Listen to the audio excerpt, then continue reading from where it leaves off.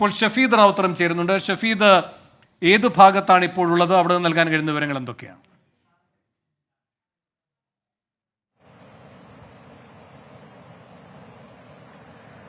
വേണു, ഇത്രയധികം മനുഷ്യരുടെ ജീവനെടുത്ത ഉരുൾപൊട്ടൽ അതിന്റെ ഏറ്റവും പ്രഭവ കേന്ദ്രത്തിലാണ് നമ്മളിപ്പോൾ ഉള്ളത്. നമുക്ക് ആ ദൃശ്യങ്ങളിൽ കാണാൻ സാധിക്കും. ഇതാണ് ഈ പൊട്ടിയടർന്ന താഴേക്ക് വന്ന മല. ഇതിനപ്പുറത്തേക്കടക്കം ചില പരിശോധനകൾ, ചില തെരച്ചിലുകൾ അടക്കമുള്ള കാര്യങ്ങൾ നടക്കുന്നുണ്ട്. ഇതാണ് ആദ്യത്തെ പൊട്ടലുണ്ടായ ആ മല എന്ന് പറയുന്നത്. അതിന് തൊട്ടിപ്പുറത്ത് തന്നെ നമുക്ക് രണ്ടാമത്തെ പൊട്ടലുണ്ടായ മലയും കാണാൻ സാധിക്കും. അതായത് വളരെ ക്ലോസ് ആയിട്ടാണ് നമ്മൾ ഈ ഉരുൾപൊട്ടലുണ്ടായ മലയ്ക്ക് വളരെ ക്ലോസ് ആയിട്ടാണ്. ഇവിടെ അല്പസമയം മുൻപ് വനംവകുപ്പ് ഉദ്യോഗസ്ഥരുടെ അടക്കം പരിശോധന അത് ഈ വനമേഖലയിൽ ഉണ്ടായിരുന്നു. പ്രത്യേകിച്ച് ഈ ട്രൈബൽ വിഭാഗങ്ങൾ എന്ത് ചെയ്യുന്നു എന്നടക്കമുള്ള കാര്യങ്ങൾ കണ്ടെത്താൻ വേണ്ടിയിട്ടായിരുന്നു അങ്ങനെ അവരുടെ ഒരു പരിശോധന നടന്നത്. ഏതായാലും അതിന്റെ തീവ്രത നമുക്കിപ്പോൾ ഈ ദൃശ്യങ്ങളിൽ വ്യക്തമാകും.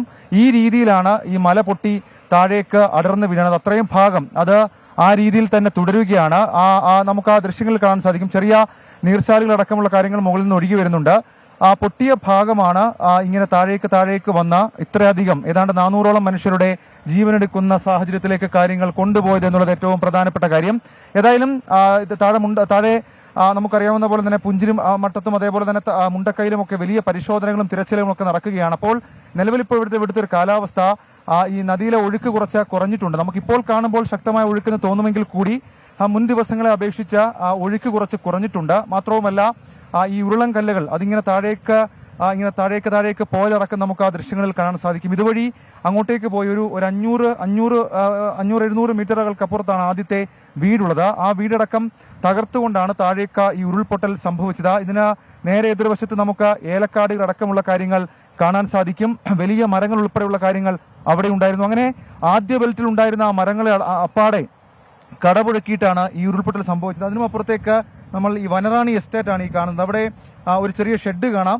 ആ ഷെഡിലാണ് ഈ പശുക്കൾ ഇതൊക്കെ താണ്ടി ഈ ഒരു വലിയ സാഹസികമായിട്ടുള്ള യാത്ര താണ്ടിയിട്ടാണ് ആദ്യത്തെ ദിവസം നമ്മുടെ ഈ ആർമി ഉദ്യോഗസ്ഥർ അവിടേക്ക് പോവുകയും അവിടെ ഉണ്ടായിരുന്ന കന്നുകാലികൾക്കടക്കം ഭക്ഷണം കൊടുക്കുകയും ചെയ്തിട്ടുള്ളത്. ഏതായാലും വലിയ തീവ്രത ഇതിനകത്തുണ്ട് എന്നുള്ള കാര്യം ഈ ദൃശ്യങ്ങൾ വ്യക്തമാക്കുന്നുണ്ട്. ഈ വനറാണി എസ്റ്റേറ്റിൽ ഇപ്പോഴും 2 ജോലിക്കാരുണ്ട് എന്നുള്ള കാര്യം നമ്മൾ മനസ്സിലാക്കുന്നുണ്ട്. അവരെ കൃത്യമായി അവർക്ക് ഭക്ഷണമടക്കമുള്ള കാര്യങ്ങൾ നൽകുന്നുണ്ട്. അവരാണ് അവിടെയുള്ള ബാക്കിയുള്ള കാര്യങ്ങൾ പരിപാലിക്കുന്നത് എന്നുള്ള വിവരം കൂടി നമുക്ക് ഈ ഘട്ടത്തിൽ പങ്കുവയ്ക്കാൻ കഴിയും. ഏതായാലും ഒരിക്കൽ കൂടി നമ്മൾ ഇത്രയും മനുഷ്യരുടെ, അതായത് വയനാട്ടിലെ ഇത്രയധികം ആളുകളുടെ ജീവൻ കവർന്ന, അവരുടെ വീടുകൾ തകർത്ത, ജീവിതം തന്നെ തകർത്ത ആ മഹാ ഉരുൾപൊട്ടൽ ഉണ്ടായ ആ സ്ഥലമാണ് നമുക്കിപ്പോൾ ദൃശ്യങ്ങളിൽ കാണാൻ സാധിക്കുന്നത്. വലിയൊരു മല, അതിന്റെ പ്രധാനപ്പെട്ട 2 ഭാഗങ്ങൾ അത് അടർന്ന് താഴേക്ക് വീണതാണ്, താഴേക്ക് പതിച്ചതാണ്. ഉരുളായി താഴേക്ക് പതിച്ച് അങ്ങനെയാണ് 3 പ്രധാനപ്പെട്ട ഗ്രാമങ്ങൾ, അത് പുഞ്ചിരിമട്ടം, മുണ്ടക്കൈ, ചൂരൽമല തുടങ്ങിയ മേഖലകൾ അപ്പാടെ തകർത്തുകൊണ്ട് ചാലിയാറിലേക്ക് പോയത്. നമുക്ക് കഴിഞ്ഞ ദിവസങ്ങളിലൊക്കെ ഈ ഭാഗത്ത് ഹെലികോപ്റ്ററിൽ പോലീസിന്റെയും ആർമിയുടെയും ഹെലികോപ്റ്ററിലടക്കം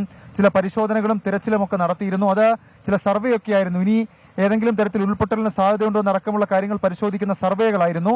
ആ സർവേകളും പൂർത്തിയാക്കിയിട്ടുണ്ട്. ഉരുൾപൊട്ടൽ സാധ്യതയുണ്ട്, ഇതൊരു ദുരന്ത മേഖലയാണ് എന്നുള്ള കാര്യം ജില്ലാ ഭരണകൂടം ആവർത്തിക്കുന്നുണ്ട്. ഏതായാലും നമുക്ക് വളരെ ക്ലോസ് ആയി നമുക്ക് ആ ദൃശ്യങ്ങൾ കാണാൻ സാധിക്കും. ഇതാണ് വയനാട്ടിലുണ്ടായ ഉരുൾപൊട്ടലിന്റെ ഒരു വലിയ വ്യാപ്തി വ്യക്തമാക്കുന്ന ദൃശ്യങ്ങൾ. അനുജ, പുഞ്ചിരിമട്ടത്തു നിന്നുള്ള ദൃശ്യങ്ങളും വിവരങ്ങളുമാണ് ഷഫീദ് റാവുത്തർ നൽകിയത്. ഈ മേഖലയിലൂടെയാണ് ഉരുൾ ഉണ്ടായതും അത് ഒഴുകിപ്പോയതും ഒക്കെ അതിന്റെ പ്രഭവ കേന്ദ്രത്തിന് തൊട്ടടുത്ത് നിന്നുകൊണ്ടാണ് ഷഫീദ് റാവുത്തർ വിവരങ്ങൾ നൽകിയത്. ഇനിയും ഇത്തരം ദുരന്തങ്ങൾ ആവർത്തിക്കാനിടയുള്ള മേഖലയാണ് എന്ന മുന്നറിയിപ്പ് അധികൃതർ നൽകുന്നുണ്ട് എന്ന വിശദാംശം കൂടി ഷഫീദ് റാവുത്തർ പങ്കുവച്ചു.